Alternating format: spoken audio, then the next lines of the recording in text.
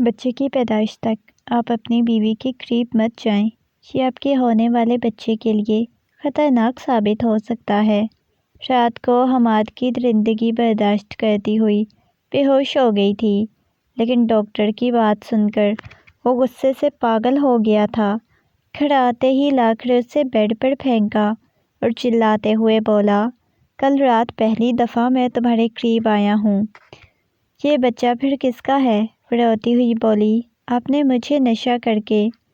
رات کے تقریباً 12 بجے کا وقت تھا جب حماد گھر میں داخل ہوا تو اسے گھر میں بالکل خاموشی نظر آ رہی تھی۔ ارد گرد دیکھے جا رہا تھا۔ حسنہ اسے کہیں بھی نظر نہیں آ رہی تھی۔ ہمیشہ پہلے تو وہ اس کا انتظار کرتی ہوتی تھی، لیکن آج وہ کہاں چلی گئی تھی؟ اسے پورے گھر میں آواز دے رہا تھا، لیکن اسے وہ کہیں بھی نظر نہیں آ رہی تھی۔ وہ روم میں آیا، سامنے بھی وہ نہیں تھی۔ حیرت سے دیکھنے لگا، یہ حسنہ کہاں چلی گئی ہے؟ پہلے تو گھر پہ ہی ہوتی تھی، جو رات کے 12 بجے کہاں جا سکتی ہے؟ وہ سارے کمروں میں اسے دیکھ چکا تھا۔ تھوڑی دیر بعد اس کے موبائل پر کال کرنے لگا۔ شاید دن کو اپنی ماں کے گھر چلی گئی ہو۔ کال کرنے پر فوراً ہی دوسری طرف سے کال پک کر لی گئی۔ وہ غصے میں کہنے لگا، حسنہ تم کہاں ہو؟ رات کے 12 بجے کا وقت ہے، تم مجھے گھر پہ نظر نہیں آ رہی۔ دوسری طرف سے اس کی گھبرائی ہوئی آواز آئی۔ وہ کہنے لگی، حماد، میں اپنی امی کے گھر آ گئی تھی۔ اس کی بہت زیادہ گھبرائی ہوئی آواز گونج رہی تھی۔ یہ دیکھ کر تو حماد بھی پریشان ہو گیا۔ کہنے لگا، کیا مطلب ہے؟ تم امی کے گھر چلی گئی تھی؟ ابھی کے ابھی تمہیں لینے آ رہا ہوں۔ وہ گھبراتی ہوئی کہنے لگی، نہیں، ابھی مت آئیے گا، میں صبح صبح واپس بھائی کے ساتھ آ جاؤں گی۔ وہ کہنے لگا، کیا مطلب ہے صبح صبح آ جاؤ گی؟ میں نے بولا ہے کہ میں تمہیں ابھی لینے آ رہا ہوں، تو بس آ رہا ہوں۔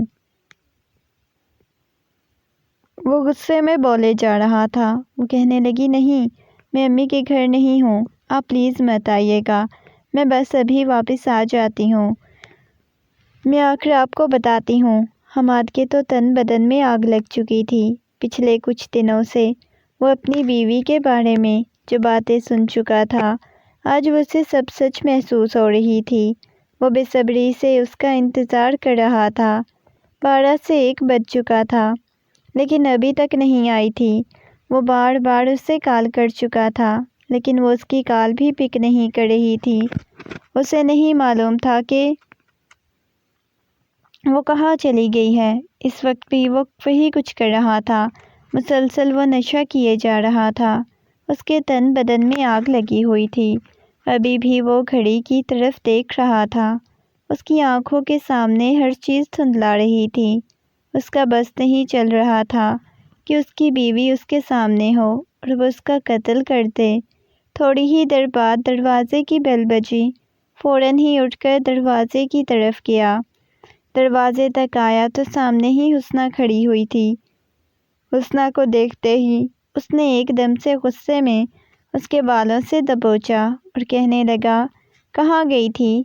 کہاں سے تم رات کے اس پہر آ رہی ہو؟ غصے میں چلاتے ہوئے بولے جا رہا تھا۔ حسنہ اسے ریلیکس کرتی ہوئی کہنے لگی، دیکھیں میری بات سنیں، میں آپ کو بعد میں ساری حقیقت بتاتی ہوں، پلیز آپ ریلیکس ہو جائیں، میں آپ کو ساری حقیقت بتاتی ہوں۔ یہ کہہ کر اسے اپنا سہارا دیتے ہوئے کمرے میں لے کر آئی تھی۔ اگر وہ نارمل حالات میں ہوتی تو ضرور اس پہ غصہ کرتی، اسے ڈانٹتی، اسے کہتی تم نے نشہ کیوں کیا ہے، لیکن اس وقت وہ خود بھی بہت زیادہ پریشان تھی۔ وہ نہیں چاہتی تھی کہ وہ کسی قسم کا بھی غصہ کرے، اس وجہ سے وہ اسے ریلیکس کرنے کی کوشش کر رہی تھی، لیکن وہ غصے میں تھا۔ اس کے تن بدن میں آگ لگی ہوئی تھی۔ وہ کہنے لگا، تم کہاں گئی تھی؟ مجھے سچ سچ بتاؤ۔ اس کے کندھوں سے پکڑ کر جھنجھوڑتا ہوا بولے جا رہا تھا، نہ اسے کچھ بتانے دے رہا تھا۔ وہ کہنے لگی، میں آپ کو بتا دیتی ہوں نا، آپ ریلیکس ہو جائیں، لیکن اگلے ہی لمحے وہ اسے بیڈ پر دھکا دیتا ہوا کہنے لگا، نہیں، بکواس نہیں تمہاری کوئی بھی سنوں گا، تم اب جھوٹ بولو گی، مجھے جھوٹی صفائیاں پیش کرو گی، مجھے معلوم ہے تم کہاں سے آ رہی ہو۔ وہ غصے میں چلاتے ہوئے بولے جا رہا تھا اور اس کی بات سن کر وہ پریشان ہو چکی تھی۔ کہنے لگی نہیں، آپ سمجھ نہیں رہے۔ اس کے بعد حماد اپنے ہوش و حواس میں نہیں تھا۔ اس نے وہ کر دیا جو اسے نہیں کرنا چاہیے تھا۔ اس پر کافی زیادہ غصہ کر گیا تھا۔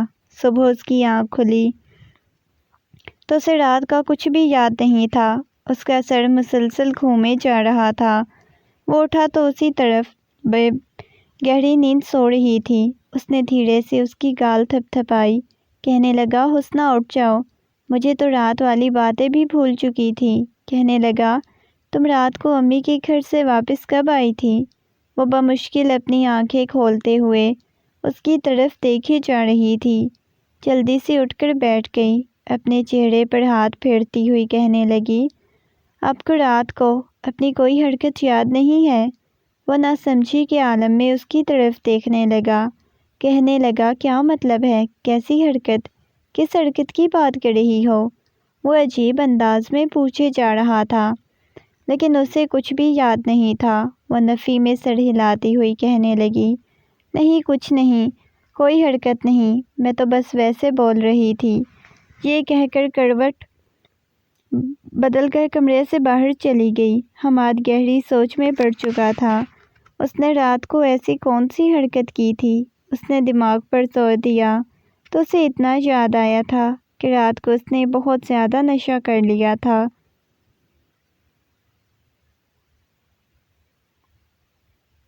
اس کے بعد اسے کچھ بھی یاد نہیں تھا۔ تھوڑی ہی دیر بعد اٹھ کر فریش ہونے باہر چلا گیا۔ فریش ہو کر باہر آیا تو سامنے ہی کچن میں ناشتہ بنا رہی تھی۔ دھیرے دھیرے چلتا ہوا اس کے پاس آیا اور پیچھے سے اسے اپنے بازوؤں کے حصار میں لے لیا۔ کہنے لگا میری جان، میں نے تھپڑ لگا دیے ہوں گے یا غصہ کر دیا ہوگا، مجھے معاف کر دو۔ یہ کہہ کر وہ اپنے کانوں کو ہاتھ لگانے لگا اور وہ بس حیرت سے اس کی طرف دیکھے جا رہی تھی۔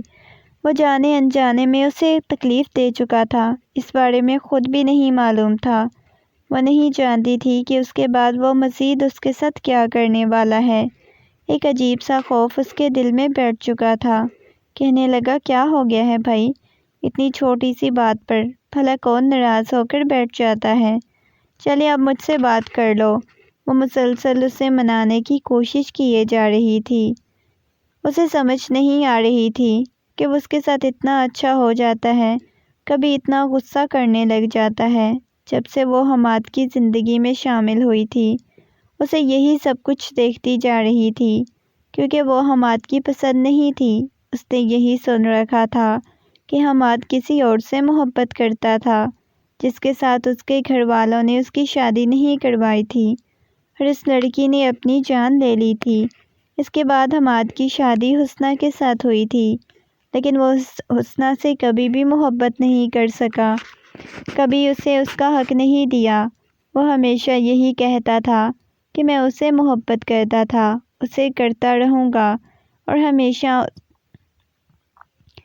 اسی کا رہوں گا۔ وہ خاموش ہو جاتی تھی، کبھی اسے گلہ شکوہ نہیں کیا، لیکن رات والا رویہ حسنہ کو بہت برا لگا۔ اس کے رویے نے بہت زیادہ اذیت اور تکلیف دی۔ سارا دن روتے روتے گزر گیا۔ وہ ہمیشہ ہی لیٹ آتا تھا۔ وہ کمرے میں بیٹھی ہوئی تھی جب اسے باہر سے قدموں کی آہٹ سنائی دی۔ وہ کمرے سے باہر نکلی تو سامنے ہی لاؤنج میں کچھ نقاب پوش کھڑے ہوئے تھے۔ انہیں دیکھتے ہی اس کے چہرے کی رنگت زرد پڑنے لگ گئی۔ وہ گھبراتی ہوئی اس سے پہلے کہ کچھ کہتی، وہ فوراً ہی جا کر کمرے میں بند ہو چکی تھی اور جلدی حماد کو کال کرنے لگی۔ گھبراتے ہوئے اسے ساری حقیقت بتانے لگی۔ باہر سے مسلسل دروازے پر دستک دیے جا رہے تھے۔ غصے میں کہہ رہے تھے دروازہ کھولو، اتنی زور سے دستک دے رہے تھے کہ جیسے ابھی دروازہ ٹوٹ جائے گا۔ وہ بری طرح سے کپکپا رہی تھی، اتنی سردی میں بھی اسے پسینہ آنے لگ گیا تھا۔ وہ دل ہی دل میں دعا کرتی رہی تھی، یا اللہ جلدی واپس آ جائیں حماد، وہ ابھی تک نہیں آ رہا تھا۔ تھوڑی دیر بعد باہر سے پولیس کی گاڑیوں کی آواز آنے لگی۔ اس نے اپنی آنکھیں بند کر لی تھیں۔ تھوڑی ہی دیر بعد باہر سے پھر سے دستک کی آواز آئی۔ وہ کہنے لگا، دروازہ کھولو۔ حسنہ، میں ہوں۔ یہ سنتے ہی اس نے فوراً سے دروازہ کھولا۔ سامنے کھڑے حماد کو دیکھتے ہی اس کے سینے سے لگ چکی تھی۔ اس کا پورا وجود کپ کپا رہا تھا۔ وہ کہنے لگا، پلیز رونا بند کرو، کچھ بھی نہیں ہوا، میں آ گیا ہوں نا۔ وہ کہنے لگی، آپ کیوں مجھے اکیلے چھوڑ کے چلے جاتے ہیں؟ میں نے کتنی دفعہ آپ کو بولا ہے جلدی آ جایا کریں، لیکن نہیں، آپ میری بات ہی نہیں سنتے، اتنی زیادہ لیٹ کر دیتے ہیں۔ وہ روتے ہوئے بولے جا رہی تھی۔ وہ اس کی پشت کو سہلاتا ہوا کہنے لگا، نہیں میری جان، رونے کی بالکل ضرورت نہیں، میں آ گیا ہوں نا، کچھ بھی نہیں ہوا۔ وہ روتے روتے بے ہوش ہو چکی تھی۔ وہ اسے اپنے بازوؤں میں اٹھائے لا کر اسے بیڈ پر لٹا چکا تھا۔ اس کی پیشانی پر بوسہ دیتا ہوا کہنے لگا، نہیں، میں دوبارہ جلدی آ جاؤں گا۔ بس یار، احساس ہو رہا تھا کہ ہمیشہ اسے وہ اکیلا محسوس کرواتا تھا۔ صبح صبح چلا جاتا تھا، رات گئے تک واپس آتا تھا۔ سارا دن وہ کیسے گھر میں اکیلی رہتی ہوگی؟ یہ سوچ سوچ کر آج اسے پہلی دفعہ افسوس ہو رہا تھا۔ اس کے بعد دھیرے دھیرے اس کا رویہ حسنہ کے ساتھ ٹھیک ہوتا جا رہا تھا۔ آج وہ کافی جلدی آ چکا تھا۔ پچھلے 2 دنوں سے دیکھ رہا تھا کہ حسنہ بہت زیادہ اداس گھومے جا رہی تھی۔ عجیب اس کی حالت ہوئی پڑی تھی۔ آج وہ جلدی آ گیا۔ دیکھا تو وہ ٹیبل کے پاس بیٹھی ابھی تک اس کا انتظار کر رہی تھی۔ اس کے پاس آتے ہی سب سے پہلے اس کے ہاتھوں میں پھولوں کے گجرے پہنائے تو وہ مسکراتے ہوئے حماد کی طرف دیکھنے لگی، کہنے لگی، یہ میرے لیے لائے ہیں؟ وہ مسکراتے ہوئے بولے جا رہی تھی جیسے اسے یقین نہیں آ رہا تھا۔ وہ اس بات میں سر ہلاتا ہوا کہنے لگا، ظاہر ہے تم میری بیوی ہو تو تمہارے لیے ہی لے کر آؤں گا نا۔ یہ کہہ کر اس کے دونوں ہاتھوں کو اپنے لبوں سے لگا لیا تھا۔ وہ گہری مسکراہٹ اپنے لبوں پر سجائے اس کی طرف دیکھے جا رہی تھی۔ تھوڑی ہی دیر بعد وہ اسے کھانا کھانے کے بعد اس کے ہاتھوں کو اپنے ہاتھ کی گرفت میں لیتا ہوا کہنے لگا، دوبارہ میں تم سے دور نہیں جانا چاہتا، میں تمہارے بہت پاس آ گیا ہوں، میں چاہتا ہوں کہ میں تمہیں تمہارے سارے حق دے دوں۔ وہ مسکراتے ہوئے بولے جا رہا تھا اور حسنہ بھی اپنے چہرے پر مسکراہٹ سجا چکی تھی۔ اس کی یہ بات سن کر اس کا چہرہ شرم سے لال ہو چکا تھا۔ اگلے ہی لمحے اسے اپنے بازوؤں کے حصار میں اٹھا چکا تھا۔ لیکن آج اسے جو بات ڈاکٹر نے بتائی تھی وہ سوچ کر دوبارہ سے پریشان ہو گئی تھی، کیونکہ اسے تو کچھ بھی یاد نہیں ہونا تھا۔ اسے دور ہونے کی کوشش کرنے لگی، کہنے لگی، مجھے بہت زیادہ نیند آئی ہوئی ہے۔ وہ کہنے لگا، پاگل ہو گئی ہو کیا؟ پہلے تو ہمیشہ خود میرے پاس آنے کی کوشش کرتی تھی، آج جب میں تمہارے پاس آ رہا ہوں تو مجھ سے دور کیوں بھاگ رہی ہو؟ وہ عجیب انداز میں بولے جا رہا تھا۔ وہ کہنے لگی، دیکھیں حماد، پلیز مجھے سچ میں بہت نیند آئی ہوئی ہے۔ وہ اسے دور جانے کی کوشش کر رہی تھی، لیکن وہ کہاں اس سے دور جانے والا تھا، اس کے قریب ہوتا جا رہا تھا۔ اس کے بعد تو تمام تر حق وصول کر چکا تھا، لیکن اچانک وہ اس کے بازوؤں کے حصار میں بے ہوش ہو چکی تھی۔ اسے یوں بے ہوش ہوتا دیکھ کر وہ پریشان ہو گیا، کہنے لگا، حسنہ کیا ہو گیا ہے؟ پلیز آنکھیں کھولو۔ اسے بہت زیادہ پریشانی بن گئی تھی۔ فوراً ہی اسے اپنے بازوؤں کے حصار میں اٹھایا اور ہاسپٹل لے کر آ چکا تھا۔ اس کی کنڈیشن بہت بری ہو چکی تھی۔ ڈاکٹر اس کا چیک اپ کرنے کے بعد کہنے لگی، دیکھیں، ان کی کنڈیشن کے بارے میں آپ لوگ اچھی طرح جانتے ہیں، اس کے باوجود آپ کو ان کے قریب نہیں آنا چاہیے۔ ڈاکٹر کی بات سن کر وہ نہ سمجھی کے عالم میں کہنے لگ گیا، کیا ہو گیا ہے ڈاکٹر؟ اب کسی کو انگزائٹی یا ڈپریشن ہوگا تو کیا ہم اس کے قریب بھی نہیں جا سکیں گے؟ وہ حیرت سے ڈاکٹر کی طرف دیکھے جا رہا تھا۔ ڈاکٹر کہنے لگی، دیکھیں، آپ بچے کی پیدائش تک اپنی بیوی کے قریب نہیں جائیں، ان سے دور رہیں۔ ڈاکٹر کی بات سن کر وہ نہ سمجھی کے عالم میں کہنے لگا، کیا مطلب ہے؟ بچہ؟ کون سا بچہ؟ کیسا بچہ؟ اسے ڈاکٹر کی بات پر یقین نہیں آ رہا تھا۔ ڈاکٹر کہنے لگی، کیا ہو گیا ہے؟ آپ کی وائف ہے نا؟ اس بات میں سڑی لانے لگا، لیکن ڈاکٹر نے جو بات اسے بتائی وہ سن کر اس کے تن بدن میں آگ لگ چکی تھی۔ وہ غصے میں وہاں سے آ چکا تھا۔ روم میں آیا تو سامنے اسٹریچر پر وہ لیٹی ہوئی تھی۔ خونخوار نگاہوں سے اس کی طرف دیکھتا ہوا کہنے لگا، کس کے ساتھ تم رنگ رلیاں مناتی رہی ہو؟ اس کی بات سن کر وہ گھبراتی ہوئی کہنے لگی، خدا کے لیے مجھ پر الزام مت لگائیں۔ وہ کہنے لگا، یہ کس کا بچہ ہے؟ اس کی بات سن کر حسنہ کہنے لگی، دیکھیں کسی اور کا نہیں ہے، آپ اس بات کو سمجھ کیوں نہیں رہے؟ وہ کہنے لگا، میں تو تمہارے پاس ہی نہیں آیا، کل پہلی دفعہ تمہارے قریب آیا ہوں اور تم مجھے کہہ رہی ہو کہ یہ بچہ میرا ہے۔ خبردار جو میرے ساتھ جھوٹ بولنے کی کوشش کی۔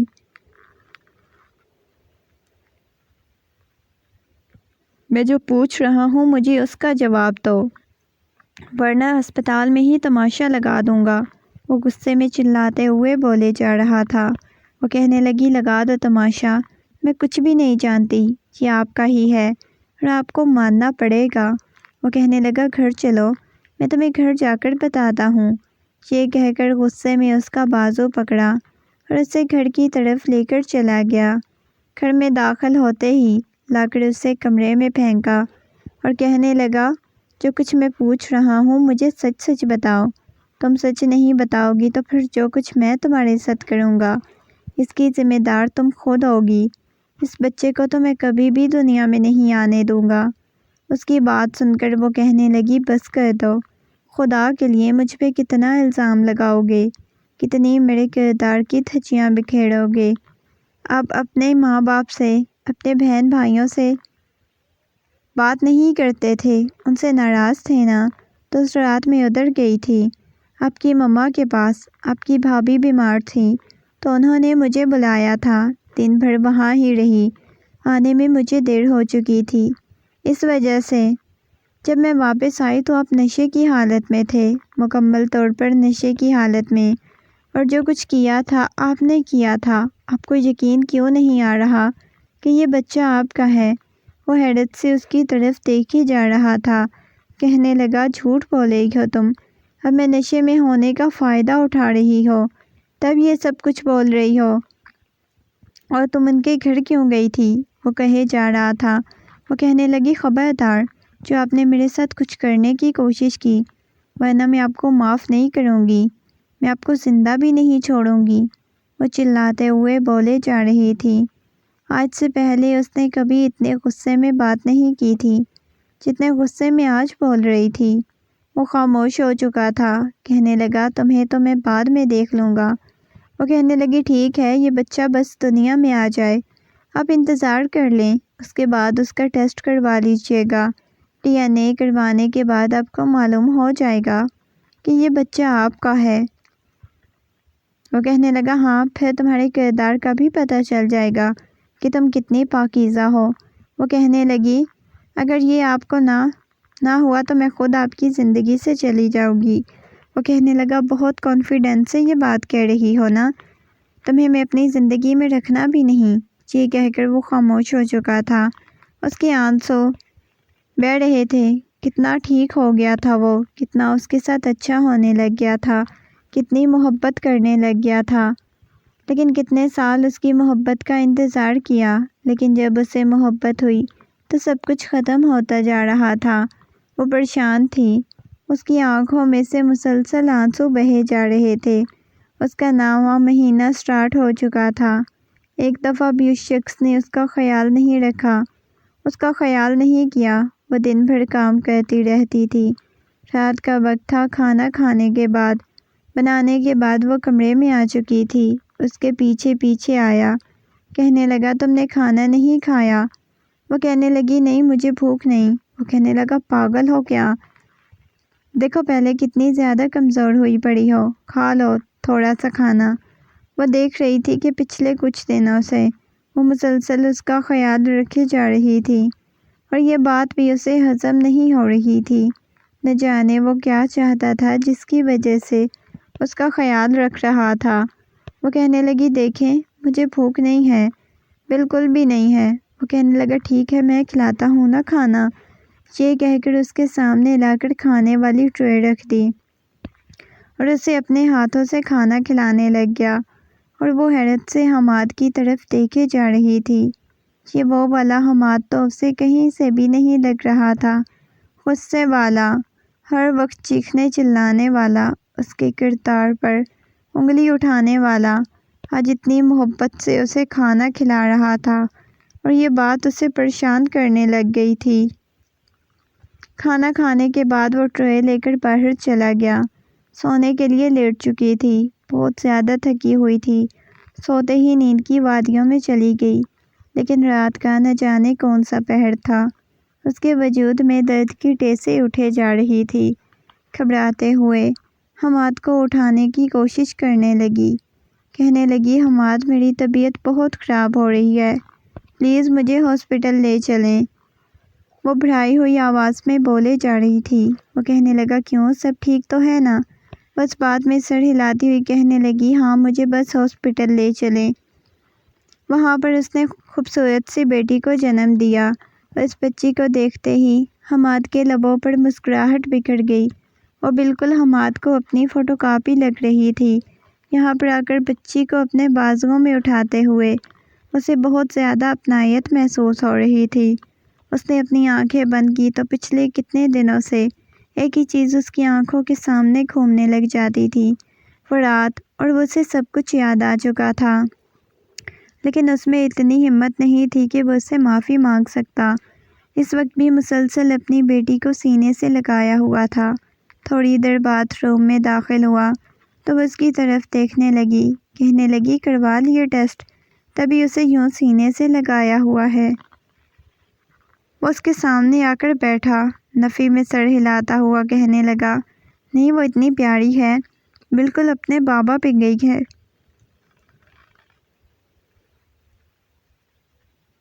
نہ تو مجھے کسی ٹیسٹ کی ضرورت ہے، مجھے غلط فہمی ہو گئی تھی جو بہت پہلے دور ہو چکی ہے، لیکن مجھ میں ہمت نہیں ہو رہی تھی کہ تم سے معافی مانگ سکوں، لیکن اب تم سے معافی مانگنا چاہتا ہوں۔ یہ کہہ کر اس کے سامنے ہاتھ جوڑ چکا تھا۔ حسنیٰ نے فوراً ہی اس کے ہاتھ تھام لیے، کہنے لگی پلیز اگر آپ کو اپنی غلطی کا احساس ہو چکا ہے تو معافی مت مانگیں، لیکن مجھے افسوس ہوا تھا جب آپ نے میرے کردار پر انگلی اٹھائی۔ وہ کہنے لگا بس مجھے معاف کر دو، دوبارہ ایسا نہیں ہوگا۔ یہ کہہ کر اس کی پیشانی پر بوسہ دیتا ہوا کہنے لگا تمہیں پتہ ہے میں سچ میں تم سے محبت کرنے لگا ہوں۔ اس بات میں سر ہلاتی ہوئی کہنے لگی ہاں معلوم ہے۔